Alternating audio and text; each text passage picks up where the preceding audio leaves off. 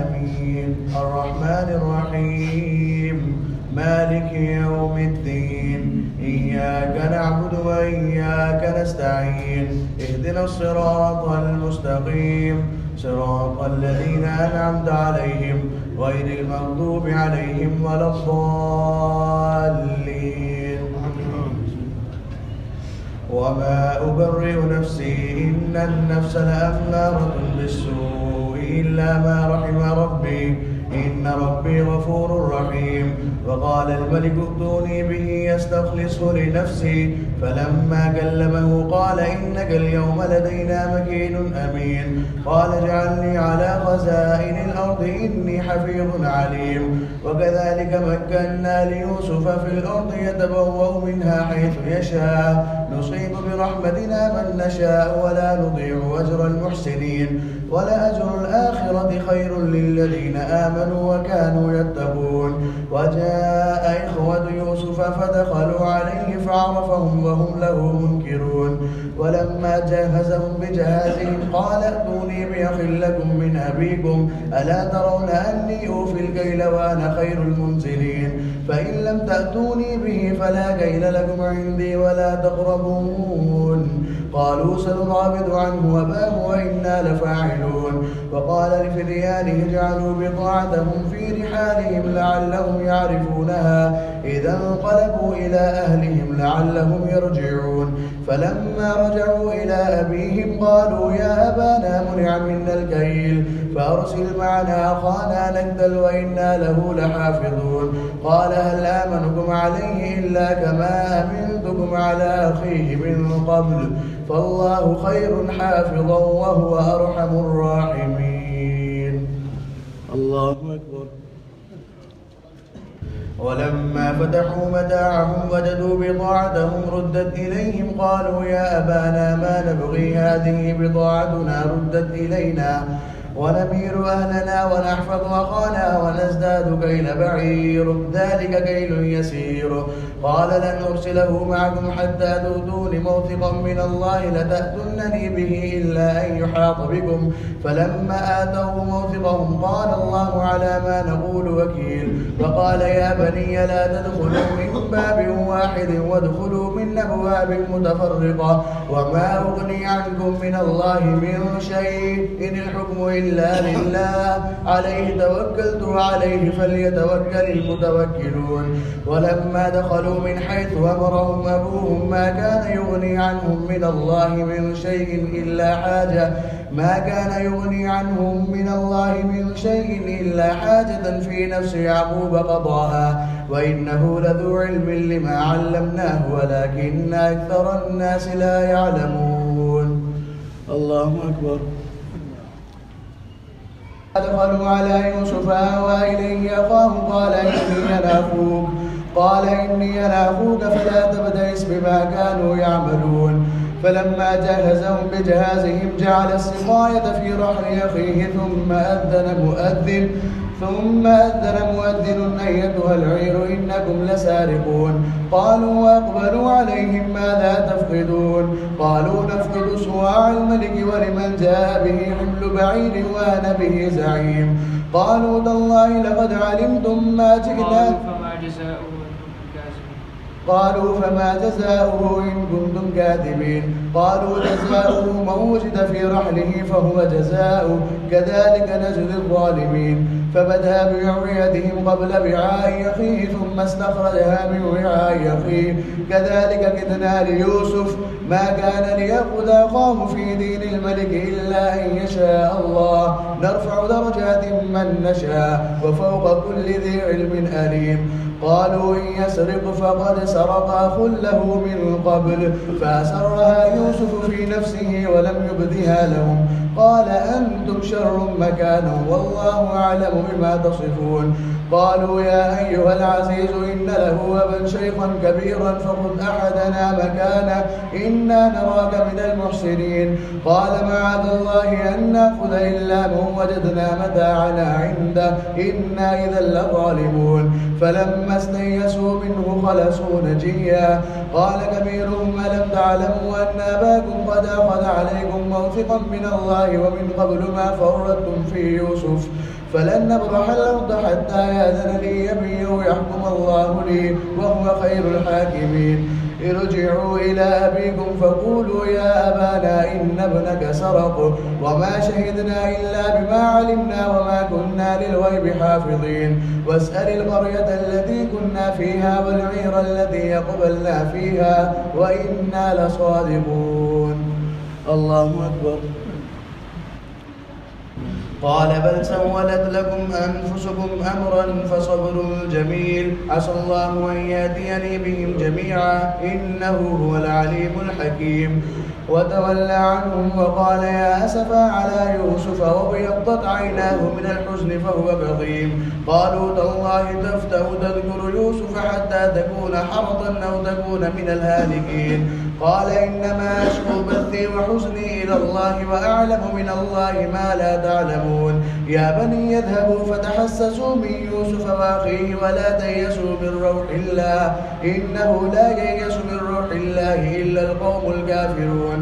فلما دخلوا عليه قالوا يا أيها العزيز مسنا وأهلنا الضر وجئنا ببضاعة مزجاة فأوف لنا الكيل وتصدق علينا إن الله يجزي المتصدقين. قال هل علمتم ما فعلتم بيوسف وأخيه إذ أنتم جاهلون. قالوا أئنك لأنت يوسف قال أنا يوسف وهذا أخي قد من الله علينا إنه من يتق ويصبر فإن الله لا يضيع أجر المحسنين. الله أكبر. قالوا تالله لقد آثرك الله علينا وإن كنا لخاطئين. قال لا تثريب عليكم اليوم يغفر الله لكم وهو أرحم الراحمين.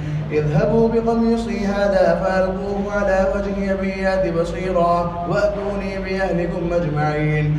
ولما فصلت العير قال أبوهم إني لأجد ريح يوسف لولا أن تفندون. قالوا تالله إنك لفي ضلالك القديم. فلما جاء البشير ألقاه على وجهه فارتد بصيرا قال ألم أقل لكم إني أعلم من الله ما لا تعلمون. قالوا يا أبانا استغفر لنا ذنوبنا إنا كنا خاطئين. قال سوف أستغفر لكم ربي إنه هو الغفور الرحيم. فلما دخلوا على يوسف آوى إليه أبويه وقال ادخلوا مصر إن شاء الله آمنين. ورفع أبويه على العرش وخروا له سجدا وقال يا أبت هذا تأويل رؤياي من قبل قد جعلها ربي حقا وقد أحسن بي إذ أخرجني من السجن وجاء بكم من البدو من بعد أن نزغ الشيطان بيني وبين إخوتي إن ربي لطيف لما يشاء إنه هو العليم الحكيم. رب قد آتيتني من الملك وعلمتني من تأويل الأحاديث فاطر السماوات والأرض أنت ولي في الدنيا والآخرة توفني مسلما وألحقني بالصالحين. ذلك من أنباء الغيب نوحيه إليك وما كنت لديهم إذ أجمعوا أمرهم وهم يمكرون. الله أكبر.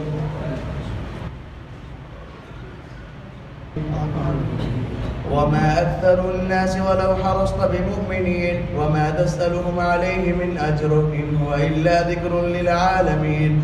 وكأين من آية في السماوات والأرض يمرون عليها وهم عنها معرضون وما يؤمن أكثرهم بالله إلا وهم مشركون. أفأمنوا أن تأتيهم غاشية من عذاب الله أو تأتيهم الساعة بغتة وهم لا يشعرون.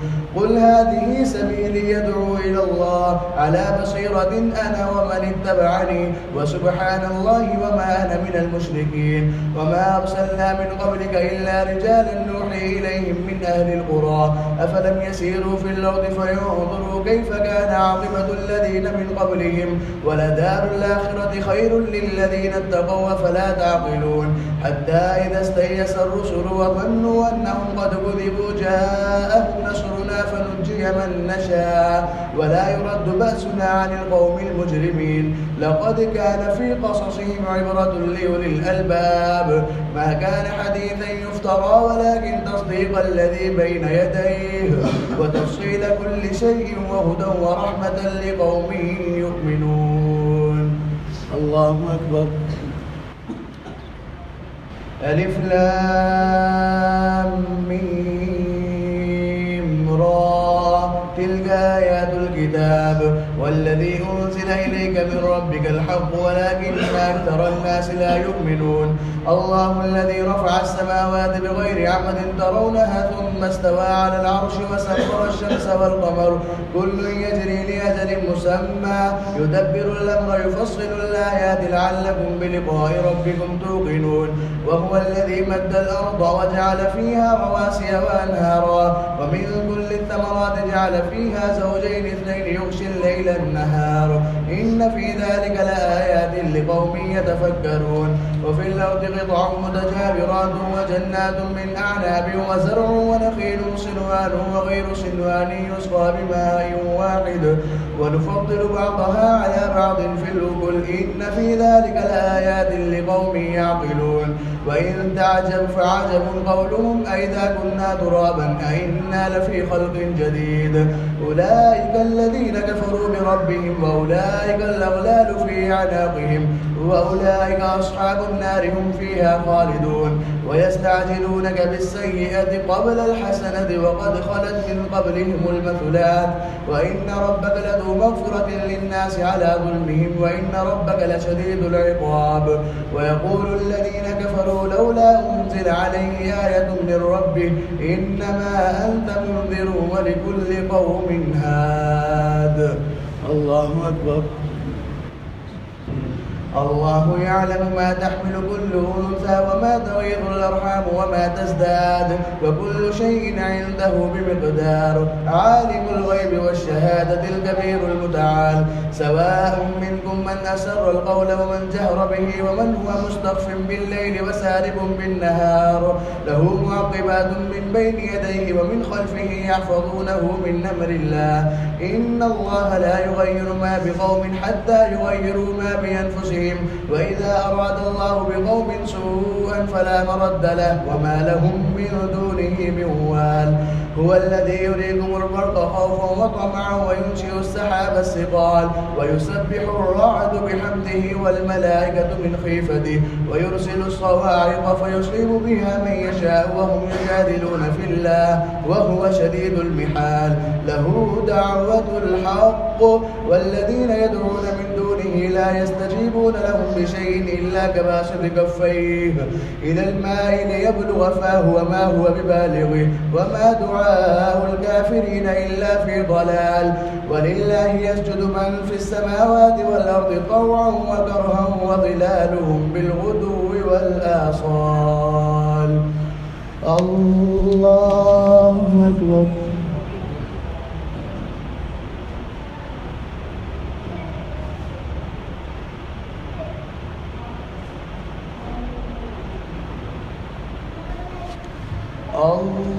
الله أكبر. قل من رب السماوات والأرض قل الله قل أفاتخذتم من دونه أولياء لا يملكون لأنفسهم نفعا ولا ضرا قل هل يستوي الأعمى والبصير أم هل تستوي الظلمات والنور أم جعلوا لله شركاء خلقوا كخلقه فتشابه الخلق عليهم قل الله خالق كل شيء وهو الواحد القهار. الله أكبر. أنزل من السماء ماء فسالت أودية بقدرها فاحتمل السيل زبدا رابيا ومما يوقدون عليه في النار ابتغاء حلية أو متاع زبد مثله كذلك يضرب الله الحق والباطل فأما الزبد فيذهب جفاء وأما ما ينفع الناس فيمكث في الأرض كذلك يضرب الله الأمثال للذين استجابوا لربهم الحسنى والذين لم يستجيبوا له لو أن لهم ما في الأرض جميعا ومثله معه لافتدوا به أولئك لهم سوء الحساب ومأواهم جهنم وبئس المهاد. الله أكبر.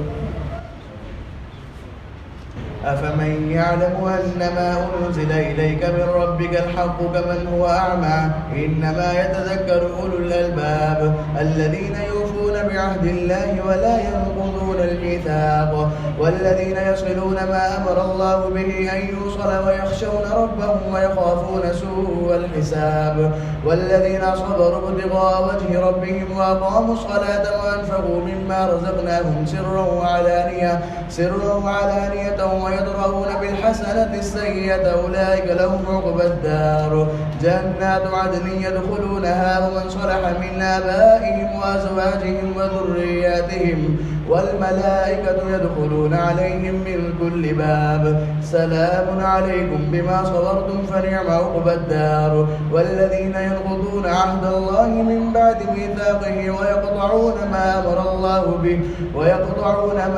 الله به أن يوصل ويفسدون في الأرض أولئك لهم اللعنة ولهم سوء الدار الله يبسط الرزق لمن يشاء ويقدر وفرحوا بالحياة الدنيا وما الحياة الدنيا في الآخرة إلا متاع. الله أكبر.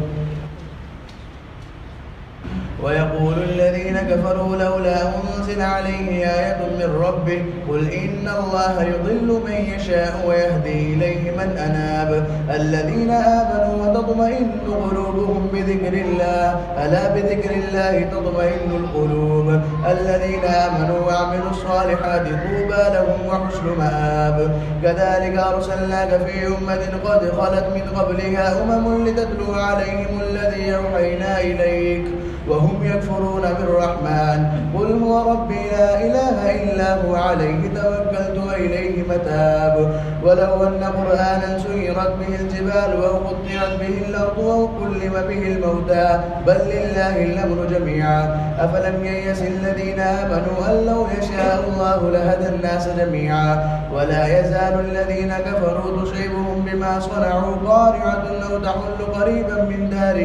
أو تحل قريبا من دارهم حتى يأتي وعد الله إن الله لا يخلف الميعاد.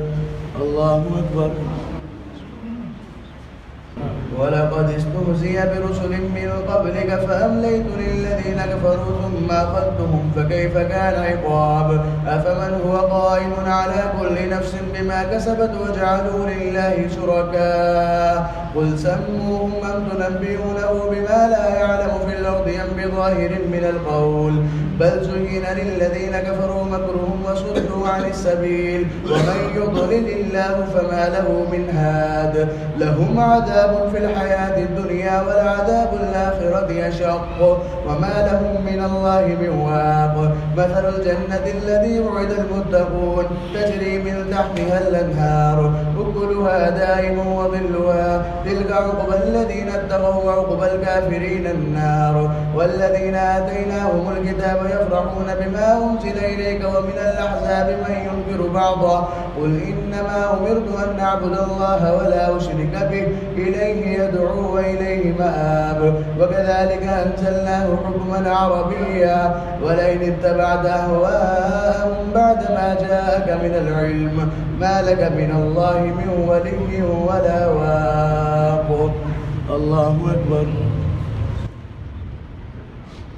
ولقد أرسلنا رسلا من قبلك وجعلنا لهم أزواجا وذرية وما كان لرسول أن يأتي بآية إلا بإذن الله لكل أجل كتاب يمحو الله ما يشاء ويثبت وعنده الكتاب وإما نرينك بعض الذي نعدهم أو نتوفينك فإنما عليك البلاغ وعلينا الحساب أولم يروا أنا نأتي الأرض ننقصها من أطرافها والله يحكم لا معقب لحكمه وهو سريع الحساب.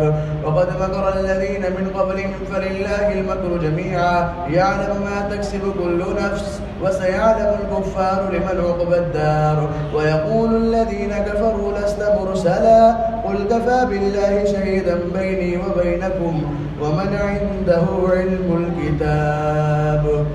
الله أكبر.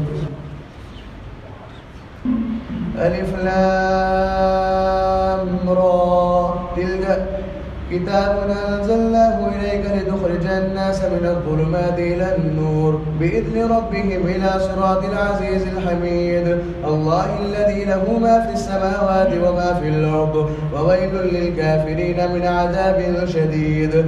الذين يستحبون الحياة الدنيا على الآخرة ويصدون عن سبيل الله ويبغونها عوجا أولئك في ضلال بعيد.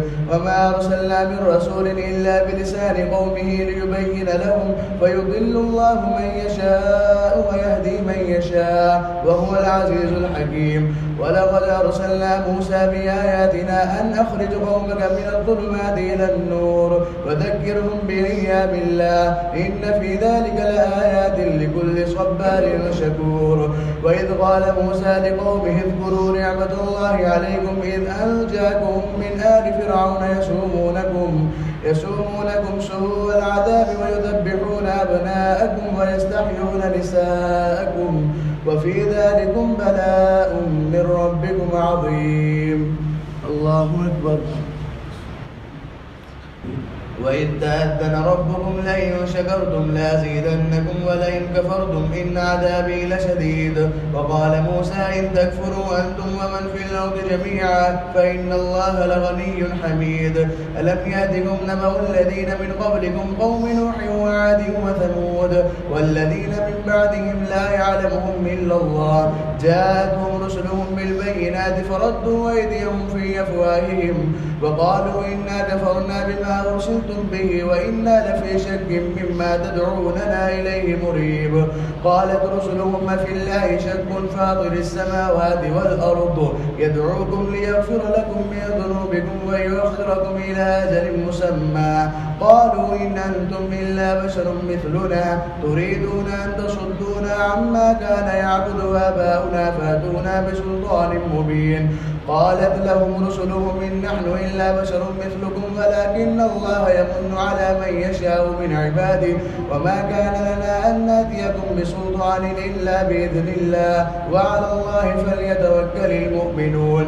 وما لنا ألا نتوكل على الله وقد هدانا سبلنا ولنصبرن على ما آذيتمونا وعلى الله فليتوكل المتوكلون. الله أكبر. وقال الذين كفروا لرسلهم لنخرجنكم من أرضنا أو لتعودن في ملتنا فأوحى إليهم ربهم لنهلكن الظالمين ولنسكننكم الأرض من بعدهم ذلك لمن خاف مقامي وخاف وعيد. واستفتحوا وخاب كل جبار عنيد من ورائه جهنم ويسقى من ماء صديد يتجرعه ولا يكاد يصيغه ويأتيه الموت من كل مكان وما هو بميت ومن ورائه عذاب غليظ. مثل الذين كفروا بربهم أعمالهم كرماد اشتدت به الريح في يوم عاصف لا يقدرون مما كسبوا على شيء ذلك هو الضلال البعيد. ألم تر أن الله خلق السماوات والأرض بالحق إن يشاء يذهبكم ويأتي بخلق جديد وما ذلك على الله بعزيز. وبرزوا لله جميعا فقال الضعفاء للذين استكبروا إنا كنا لكم تبعا فهل أنتم مغنون عنا من عذاب الله من شيء قالوا لو هدانا الله لهديناكم سواء علينا أجزعنا أم صبرنا ما لنا من محيص. الله أكبر. وقال الشيطان لما قضي الأمر إن الله وعدكم وعد الحق ووعدتكم فأخلفتكم وما كان لي عليكم من سلطان إلا أن دعوتكم فاستجبتم لي فلا تلوموني ولوموا أنفسكم ما أنا بمصرخكم وما أنتم بمصرخي إني كفرت بما أشركتمون من قبل إن الظالمين لهم عذاب أليم. وأدخل الذين آمنوا وعملوا الصالحات جنات تجري من تحتها الأنهار خالدين فيها بإذن ربهم تحيتهم فيها سلام. ألم تر كيف ضرب الله مثلا كلمة طيبة كشجرة طيبة أصلها ثابت وفرعها في السماء تؤتي أكلها كل حين بإذن ربها ويضرب الله الأمثال للناس لعلهم يتفكرون. ومثل كلمة خبيثة كشجرة خبيثة اجتثت من فوق الأرض ما لها من قرار يثبت الله الذين آمنوا بالقول الثابت في الحياة الدنيا وفي الآخرة ويضل الله الظالمين ويفعل الله ما يشاء. الله أكبر.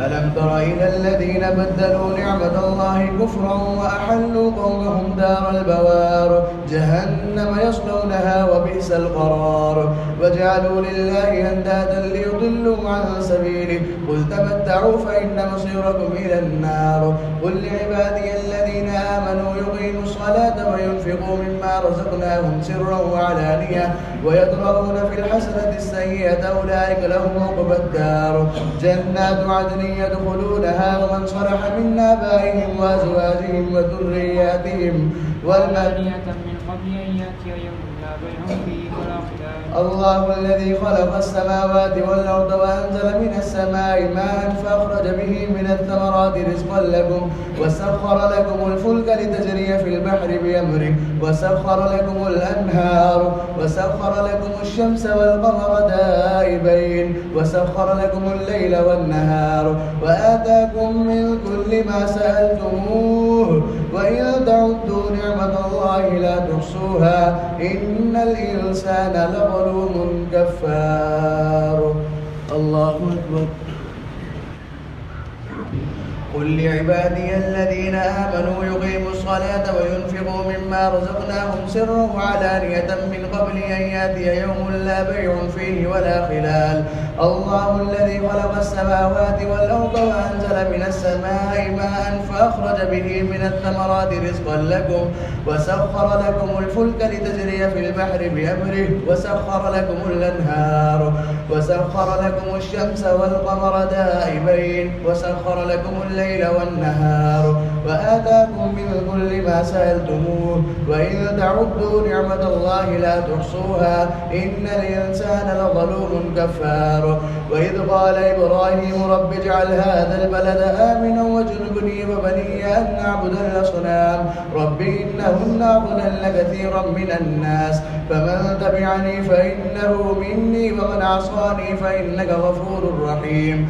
ربنا إني أسكنت من ذريتي بواد غير ذي زرع عند بيتك المحرم ربنا ليقيموا الصلاة فاجعل أفئدة من الناس تهوي إليهم وارزقهم من الثمرات لعلهم يشكرون. ربنا إنك تعلم ما نخفي وما نعلن وما يخفى على الله من شيء في الأرض ولا في السماء. الحمد لله الذي وهب لي على الكبر إسماعيل وإسحاق إن ربي لسميع الدعاء. رب اجعلني مقيم الصلاة ومن ذريتي ربنا وتقبل دعاء. ربنا اغفر لي ولوالدي وللمؤمنين يوم يقوم الحساب. الله أكبر. ولا تحسبن الله غافلا عما يعمل الظالمون إنما يؤخرهم ليوم تشخص فيه الأبصار مهطعين مقنعي رؤوسهم لا يرتد إليهم طرفهم وأفئدتهم هواء. وأنذر الناس يوم يأتيهم العذاب فيقول الذين ظلموا ربنا أخرنا إلى أجل قريب نجب دعوتك ونتبع الرسل أفلم تكونوا أقسمتم من قبل ما لكم من زوال. وسكنتم في مساكن الذين ظلموا أنفسهم وتبين لكم كيف فعلنا بهم وضربنا لكم الأمثال وقد مكروا مكرهم وعند الله مكرهم وإن كان مكرهم لتزول منه الجبال فلا تحسبن الله مخلف وعده رسله إن الله عزيز ذو انتقام يوم تبدل الأرض غير الأرض والسماوات وبرزوا لله الواحد القهار وترى المجرمين يومئذ مقرنين في الأسفاد سرابيلهم من قطران وتغشى وجوههم النار ليجزي الله كل نفس ما كسبت إن الله سريع الحساب هذا بلاغ للناس ولينذروا به وليعلموا أنما هو إله واحد وليذكر أولو الألباب